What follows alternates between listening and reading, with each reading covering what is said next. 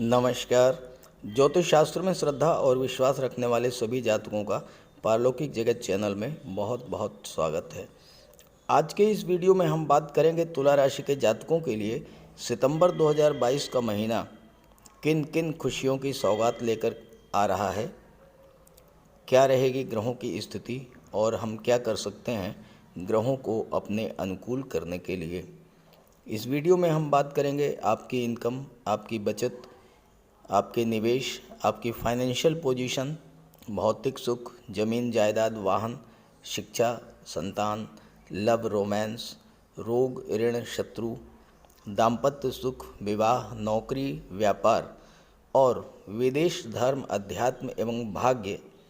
इन सब बिंदुओं पर विस्तार से चर्चा करेंगे। साथ ही आपको ये भी बताएंगे कि पिछले माह आपके साथ क्या क्या घटित हुआ था और क्यों हुआ था। साथ ही इस माह में आपके सामने क्या क्या समस्याएं, क्या क्या परेशानियां और चुनौतियां आने वाली हैं और किस वजह से आएंगी और उसका उपाय क्या है, इन सब बातों पर चर्चा करेंगे। ये विश्लेषण आपकी चंद्र राशि के आधार पर किया जा रहा है और वीडियो के अंत में हम आपको उपाय भी बताएंगे। तो चलिए वीडियो शुरू करते हैं। देखिए, ये है तुला राशि के जातकों की कुंडली सितंबर 2022 की। अब आप ग्रह स्थितियों को समझिए। देखिए, एक होती है जन्म कुंडली। जन्म कुंडली वो होती है जिसमें आपके जन्म के समय ग्रहों की स्थिति के आधार पर कुंडली बनाई जाती है और उसमें आपका प्रारब्ध लिखा होता है। आपके जीवन में कौन कौन सी घटना कब कब घटित होगी, इसका विश्लेषण उससे किया जाता है। दूसरी होती है गोचर कुंडली, जिसमें ग्रहों के वर्तमान में गोचर का आपके जीवन पर क्या प्रभाव पड़ेगा, इसका विश्लेषण किया जाता है। अब आप ग्रहों की स्थिति को समझिए। आपके लग्न के स्वामी हैं शुक्र और शुक्र 24 सितंबर तक कुंडली के लाभ के भाव में गोचर करेंगे। 24 सितंबर को शुक्र राशि परिवर्तन करके कुंडली के 12वें भाव में बुध के साथ लक्ष्मी नारायण योग बनाएंगे और साथ ही साथ शुक्र 12वें भाव में अति विशिष्ट कारक होते हैं। बुध का गोचर 21 अगस्त से 26 अक्टूबर तक कुंडली के 12वें भाव में अपनी उच्च की राशि में होगा और यहाँ पर बुध विपरीत राजयोग बना रहे हैं। शनिदेव आपकी कुंडली के चतुर्थ भाव में शश राजयोग बना रहे हैं। केतु आपके लग्न में गोचर कर रहे हैं, राहु सप्तम भाव में, और देवगुरु कुंडली के छठे भाव में विपरीत राजयोग बना रहे हैं, जबकि मंगल का गोचर कुंडली के अष्टम भाव में है। तो ये तो है ग्रह स्थितियां। अब आइए इसका विश्लेषण करते हैं। जैसा मैंने वीडियो के शुरू में आपसे कहा था, आगे बढ़ने से पहले मैं आपको ये ज़रूर बताऊंगा कि पिछले माह आपके साथ क्या क्या घटित हुआ था और क्यों घटित हुआ था। देखिए, हमारे जीवन पर सर्वाधिक प्रभाव पड़ता है सूर्य का गोचर, क्योंकि सूर्य ग्रहों के राजा हैं। सूर्य ही जीवन है, सूर्य आत्मा है, सूर्य पिता हैं, सूर्य आत्मसम्मान, आत्मविश्वास और सरकारी नौकरी, पद प्रतिष्ठा, मान सम्मान के कारक हैं। और सूर्य जब पीड़ित हो तो आप समझ सकते हैं कि आपको कितनी पीड़ा मिल सकती है। पिछले माह 17 जुलाई से 17 अगस्त के बीच सूर्य का गोचर कर्क राशि में था और सूर्य कुंडली के दशम भाव में गोचर कर रहे थे।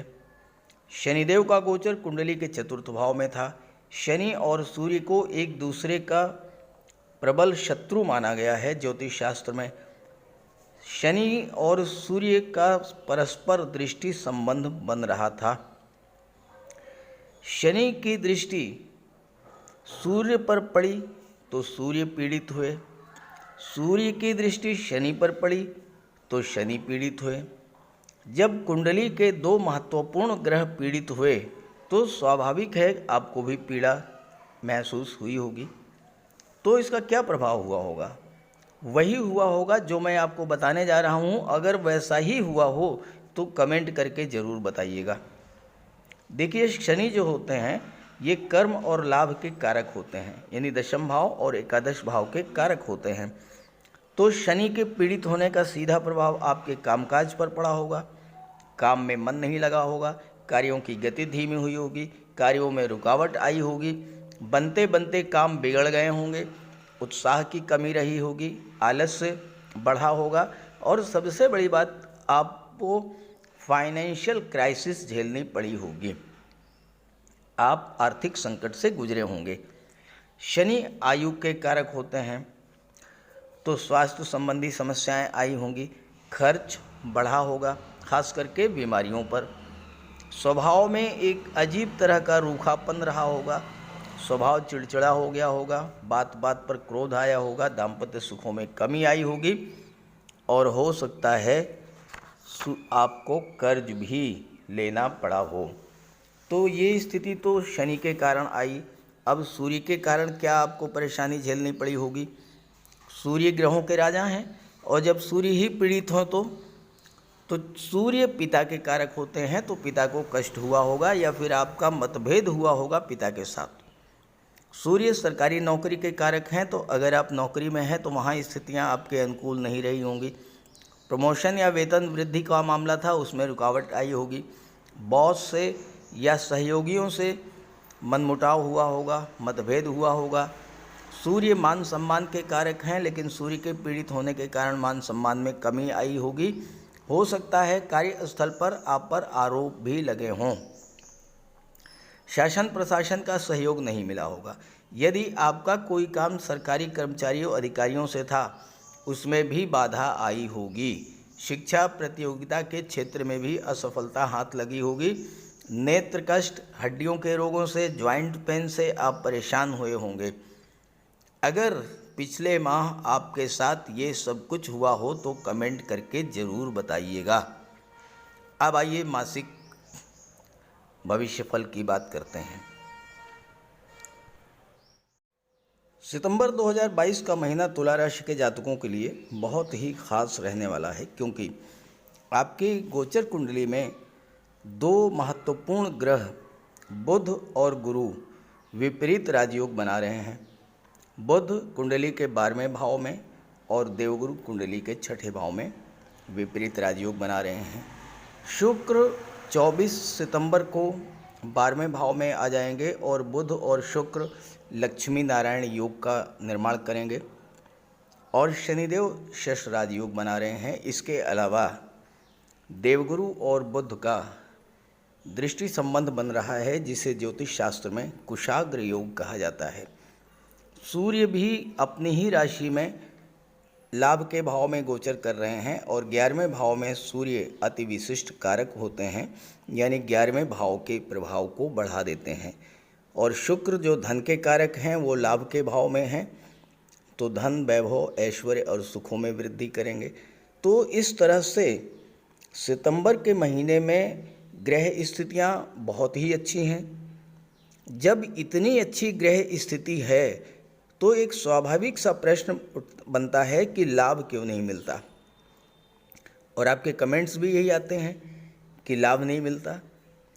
देखिए, तुला राशि के करोड़ों जातक हैं और क्या सभी को एक जैसा ही लाभ मिलेगा? ऐसा बिल्कुल भी नहीं है। देखिए, किसी भी ग्रह का लाभ तभी मिलता है जब हमारी जन्म कुंडली में उस ग्रह की, हमारे जीवन में उस ग्रह की महादशा या अंतर्दशा चल रही हो और साथ ही साथ वह ग्रह अंश बल से भी मजबूत स्थिति में हो। अब आप उदाहरण के तौर पर आप ये समझें, आपके लग्न के स्वामी शुक्र हैं और शुक्र 24 सितंबर से 18 अक्टूबर तक बहुत ही मजबूत स्थिति में रहेंगे। 12वें भाव में अति विशिष्ट कारक होते हैं, बुध के साथ लक्ष्मी नारायण योग बना रहे हैं। अब अगर आपके जीवन में बुध या शुक्र की महादशा या अंतर्दशा चल रही हो या आपकी जन्म कुंडली में बुध या शुक्र मजबूत स्थिति में हुए, तो फिर इस गोचर काल में आपको लाभ ही लाभ मिलेगा। और अगर कमज़ोर हैं तो फिर उसके लिए उपाय किए जाते हैं। उपायों पर आगे चर्चा करेंगे। उपाय करेंगे तो लाभ मिलेगा। अब बात करें सितंबर 2022 की। तो सबसे पहले बात करते हैं धन की। सूर्य और शुक्र 11वें भाव में गोचर कर रहे हैं और 11वें भाव से हर तरह के लाभ का विचार किया जाता है। धन का लाभ, संतान का लाभ, शिक्षा का लाभ, मान सम्मान, पद और प्रतिष्ठा का लाभ। और सूर्य 11वें भाव में अति विशिष्ट कारक होते हैं, तो 11वें भाव के प्रभाव को बहुत अधिक बढ़ा देंगे। और शुक्र आपको धन दिलाएंगे, एक से अधिक साधनों से धन की प्राप्ति कराएंगे। सूर्य संतान के कारक होते हैं, चूँकि पिता हैं तो आपको संतान की प्राप्ति हो सकती है। और अगर आप संतान की प्लानिंग करते हैं तो वो संतान सूर्य के समान तेजस्वी संतान होगी। ज़्यादा संभावना है कि पुत्र की प्राप्ति हो अगर इस गोचर काल में संतान की प्राप्ति होती है। बुध 12वें भाव में विपरीत राजयोग बना रहे हैं, तो विदेशों से आपको लाभ मिलेगा, विदेशों से धन की प्राप्ति होगी। विदेशी व्यापार व्यवसाय में बहुत बड़ा उछाल देखने को मिलेगा इस गोचर काल में। हाँ, ये ज़रूर है कि धन का संचय नहीं होगा, ये बात आप बहुत अच्छे से समझ लें। पैसा तो बहुत आएगा लेकिन पैसा बचेगा नहीं, क्योंकि धन के भाव के स्वामी मंगल हैं जो कि अष्टम भाव में गोचर कर रहे हैं। क्यों नहीं होगा धन का संचय? इसलिए कि 12वां भाव खर्चों का है, 12वें भाव में राजयोग बन रहा है। तो बुध और शुक्र आपको धन तो बहुत देंगे, लेकिन आप अपने सुख सुविधा के साधनों पर, ऐश्वर्य और विलासिता पर, घूमने फिरने पर, यात्राओं पर, शादी ब्याह या किसी मांगलिक या किसी धार्मिक आयोजन पर धन का खर्च करेंगे। खर्चे बढ़ेंगे, लेकिन जो भी खर्च होगा वो सुख सुविधा के साधनों पर होगा। और चूंकि बुध और शुक्र के मित्र शनि हैं, जो कि भूमि भवन के कारक हैं, और शनि चतुर्थ भाव सुख भाव में गोचर कर रहे हैं और शश राजयोग बना रहे हैं, तो आप इस गोचर काल में भूमि भवन या वाहन, 4 व्हीलर, ये सब खरीद सकते हैं और इन चीज़ों में पैसा आपका खर्च होगा। और अगर आप महिला हैं तो आप अपने लिए ज्वेलरी, ऑर्नामेंट्स खरीद सकती हैं, डिज़ाइनर ड्रेसेस खरीद सकती हैं, परफ्यूम्स खरीद सकती हैं, या फिर सौंदर्य प्रसाधनों पर पैसा खर्च कर सकती हैं। और अगर आप गोल्ड पर या ऑर्नामेंट्स पर पैसा खर्च करती हैं तो ये एक तो आपके सौंदर्य को बढ़ाएगा, और दूसरी बात ये है कि ये बहुत अच्छा निवेश होगा आपका भविष्य के लिए। हालांकि यात्रा करते समय थोड़ा सावधानी रखिएगा, क्योंकि 12वां भाव अस्पताल का भी होता है, तो हल्का फुल्का सर्दी जुकाम या वायरल वगैरह हो सकता है, तो इसका विशेष ध्यान रखें। पानी का, खाने का विशेष आप ध्यान रखें। छात्रों की बात करें तो छात्रों के लिए पंचम भाव के स्वामी हैं शनि, और पंचम भाव के शनि अपने से 12वें भाव में चतुर्थ भाव में गोचर कर रहे हैं और राजयोग बना रहे हैं, लेकिन शनि वक्री हैं और गुरु भी वक्री हैं। तो इस समय पढ़ाई को लेकर आपके मन में तरह तरह के विचार आ रहे होंगे, क्या पढ़ें क्या ना पढ़ें, किस चीज़ पर फोकस करें। एक अजीब तरह का कन्फ्यूज़न आपके मन में होगा। हालांकि शनि राजयोग बना रहे हैं, आपको सफलता तो दिला देंगे, लेकिन कठोर परिश्रम के बाद। हाँ, आपकी राशि के स्वामी शुक्र बहुत ही अच्छी स्थिति में हैं, और शुक्र की दृष्टि पंचम भाव पर पड़ेगी 24 सितंबर तक। अगर आप कला के क्षेत्रों से जुड़े हुए हैं, या फिर अगर आप IT sector, computer management, commerce, communication, इन सब क्षेत्रों से जुड़े हैं, आप सोशल मीडिया या पत्रकारिता से जुड़े हुए हैं, तो चूंकि विदेश भाव में बुध और शुक्र दोनों का गोचर होगा, तो आप विदेशों से इन क्षेत्रों में बहुत बड़ा लाभ अर्जित कर सकते हैं। कला के क्षेत्र में संगीत, नृत्य, अभिनय, नाटक, गायन, वादन, इन क्षेत्रों में आप विदेश यात्राएं कर सकते हैं। विदेश जा कर के आप स्टेज शो कर सकते हैं, विदेश में आप जाके परफॉर्म कर सकते हैं। विदेश से संबंधित किसी भी कार्य से अगर आप जुड़े हों तो सफलता के पूरे योग हैं, क्योंकि यहाँ पर 12वें भाव में 2 राजयोग बन रहे हैं। बुध व्यापार के कारक होते हैं और बुध बहुत अच्छी स्थिति में है, तो व्यापारियों के लिए भी ये समय बहुत अच्छा रहेगा, क्योंकि शनि की दृष्टि दशम भाव पर पड़ रही है और शनि बुध और शुक्र दोनों के मित्र हैं। तो जो लोग शनि से संबंधित व्यापार करते हैं, जैसे कि आप रियल एस्टेट से जुड़े हैं, आप प्रॉपर्टी डीलिंग का कार्य करते हैं, आप कंस्ट्रक्शन का कार्य करते हैं, बिल्डिंग मटेरियल आप सप्लायर हैं, या आप petrol diesel gas mines minerals का कार्य करते हैं, आप rubber scrap transport tourism medicines इन सब का व्यापार व्यवसाय करते हैं, तो आपको बहुत अच्छा रिजल्ट मिलने जा रहा है इस गोचर काल में। यहाँ पर देवगुरु बहुत अच्छी स्थिति में है, देवगुरु छठे भाव में है, तो आपकी इंट्यूशन पावर को बढ़ा देंगे, यानी कि आप आने वाली घटनाओं का पूर्वाभास आपको हो जाएगा और आप उसी हिसाब से अपनी व्यवस्था कर लेंगे। दूसरी बात यह है कि 12वें भाव में गुरु का जब गोचर होता है तो छात्रों को बहुत बड़ा लाभ मिलता है। छात्र अपनी पढ़ाई के साथ धन का भी अर्जन कर सकते हैं। 7वें भाव में राहु का गोचर है, यहाँ पर थोड़ा सा आपको सावधान रहना पड़ेगा। राहु क्या है, मन में कन्फ्यूज़न पैदा करते हैं, डिप्रेशन की स्थिति पैदा करते हैं, छोटी छोटी बातों को बहुत बड़ा तूल दे देते हैं। तो आपके फैमिली लाइफ में छोटी छोटी बातों को लेकर के तनाव ना बने, इसके लिए आपको अपनी वाणी पर संयम रखना होगा। क्योंकि मंगल की दृष्टि वाणी के भाव पर पड़ रही है, इसलिए आपको विशेष सावधानी बरतनी होगी। भाग्य भाव के स्वामी तो स्वयं बुध बैठे हैं, 12वें भाव में राजयोग बना रहे हैं, तो वे यात्राएँ आप खूब करेंगे, भाग्य का भी आपको साथ मिलेगा। भाग्य के सपोर्ट से आप उच्च शिक्षा के लिए विदेश जा सकते हैं, विदेश यात्राएं हवाई यात्राएं आप खूब करेंगे। सावधान रहना है आपको मंगल से, क्योंकि मंगल अष्टम भाव में गोचर कर रहे हैं। अष्टम भाव दुर्घटनाओं का होता है, आकस्मिक दुर्घटनाओं का होता है, ब्लड के नीचे ब्लड और सर्जरी का होता है, और मंगल भी ब्लड सर्जरी एक्सीडेंट्स के कारक होते हैं। मंगल अग्नि और विद्युत के भी कारक होते हैं, तो आपको विशेष सावधानी रखनी होगी। वाहन चलाते समय आग से बच कर के रहें, बिजली से बच कर के रहें, दुर्घटनाओं से बच कर के रहें, और सबसे महत्वपूर्ण कि आप अपनी वाणी पर संयम रखें। बजरंगबली की उपासना करें, हनुमान जी के मंदिर में जाएं, उनके चरणों में बैठें, उनके चरणों का सिंदूर अपने मस्तक पर धारण करें, और इसके अलावा और भी ग्रह जो भी आपकी कुंडली में कमज़ोर हैं उसका उपाय करें, तो बहुत बड़ा आपको लाभ मिलेगा। तो चलिए बात करते हैं ग्रहों के उपायों के बारे में। अगर आपके जन्म कुंडली में कोई भी ग्रह कमज़ोर स्थिति में है या अशुभ प्रभाव में है, तो आप उसका उपाय कर लें। सूर्यदेव का उपाय करने के लिए आप सूर्यदेव की आराधना करें, भगवान भुवन भास्कर को अर्घ्य दें। रविवार के दिन तांबे के लोटे में जल, अक्षत, लाल पुष्प, रोली, चंदन ये डाल करके सूर्यदेव को अर्घ्य दें। गायत्री मंत्र का पाठ करें, आदित्य हृदय स्तोत्र का पाठ करें, और अपने पिता की सेवा करें, उनका आशीर्वाद प्राप्त करें।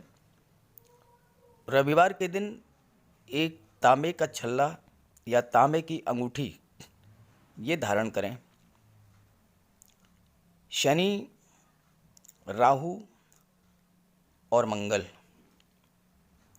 इनका सबसे बढ़िया उपाय है, सर्वश्रेष्ठ उपाय है, बजरंग बली की उपासना करें, हनुमान चालीसा का पाठ करें, बजरंग बाण का पाठ करें। मंगलवार के दिन बजरंग बली के चरणों में बैठें, अपनी समस्या उनसे कहें। ध्यान रखें कि जो भी उपाय करें, जब भी आप उपाय करें, तो उस समय आपके मन से सांसारिकता, भौतिकता ये सब बिल्कुल दूर होनी चाहिए। केवल आप हों और आपके आराध्य देव हों, मन से आपको उपासना करनी है। शनिदेव के लिए शनिवार के दिन पीपल के वृक्ष के नीचे सरसों के तेल का एक दीपक जला दें। शनिवार के दिन सरसों के तेल का दान करें, और दीन, दुखी, लाचार, असहाय, दिव्यांग व्यक्तियों की आप जितनी मदद कर सकते हों उतनी मदद करें। साथ ही साथ छल कपट, लालच, बेईमानी, झूठ, अहंकार, इन सब से दूर रहें। मंगल के लिए और शुक्र के लिए एक चांदी का छल्ला और एक चांदी की चेन धारण करें। शुक्र के लिए माता लक्ष्मी की आराधना करें और शुक्रवार के दिन श्वेत रंग के वस्त्र धारण करें। कन्याओं को भोजन कराएं, खीर मिष्ठान का, और स्वयं भी श्वेत रंग के पदार्थों का ही भोजन करें। साथ ही साथ शुक्रवार के दिन श्वेत रंग के पदार्थों का दान भी करें। श्वेत वस्त्र, चावल, चीनी, इन चीज़ों का दान करने से माता लक्ष्मी प्रसन्न होती हैं। और घर को साफ सुथरा रखें, घर से कबाड़ को बिल्कुल हटा दें। बुध के लिए भगवान श्री गणेश की उपासना करें, गाय की सेवा करें और किन्नर को दान दें। किसी शुभ कार्य के लिए अगर आप बाहर जा रहे हैं तो आप अपने घर में कोई कन्या होगी, बेटी, बहन, भतीजी, कुछ उपहार, कुछ पैसे, मिठाई, खिलौने, कुछ भी दे कर के जाएं। रास्ते में गाय मिले तो उसे गुड़ खिला दें, किन्नर मिले तो उसे 10-20 रुपए दे दें, आपका कार्य सिद्ध होगा। और इसके अलावा राहु और केतु, राहु के लिए मोर पंख का प्रयोग करें। घर के main door, bedroom, drawing room, इन सब जगह पर मोर पंख लगा दें। तकिए के नीचे एक मोर पंख रखें। एक सुरमे की डिबिया और एक चांदी की छोटी सी गोली हमेशा अपने पर्स में या अपनी जेब में रखें। केतु के लिए कौवे, काले कुत्ते, काली गाय, इनकी सेवा करें, इनको भोजन दें। देवगुरु बृहस्पति के लिए माता पिता, गुरु और वृद्धजनों का सम्मान करें। घर में केले का एक वृक्ष लगा लें, उसकी सेवा करें, भले ही गमले में लगा लें। हो सके तो गुरुवार का व्रत रखें। चंद्रमा के लिए भगवान भोले शंकर की उपासना करें। तो अगर आप ये सब उपाय करेंगे तो आपको निश्चित रूप से बहुत बड़ा लाभ होगा। और एक बात और आप समझ लें कि गर्मी का मौसम आ रहा है, आप पशु पक्षी, इनके लिए जल की व्यवस्था करें, भोजन की व्यवस्था करें। एक छत पर आप छोटी सी प्याली में जल रख दें, एक दूसरी प्याली में कुछ अनाज रख दें। पशु पक्षी जो हैं आएंगे आपकी छत पर, भोजन ग्रहण करेंगे, जल ग्रहण करेंगे, आपको आशीर्वाद देंगे और ये चीज़ें आपके जीवन में बहुत बड़ा सकारात्मक उपाय लाएंगे। तो उपाय तो ज़रूर कीजिएगा, उपाय आप करेंगे तो आपको पूरा लाभ होगा। नमस्कार।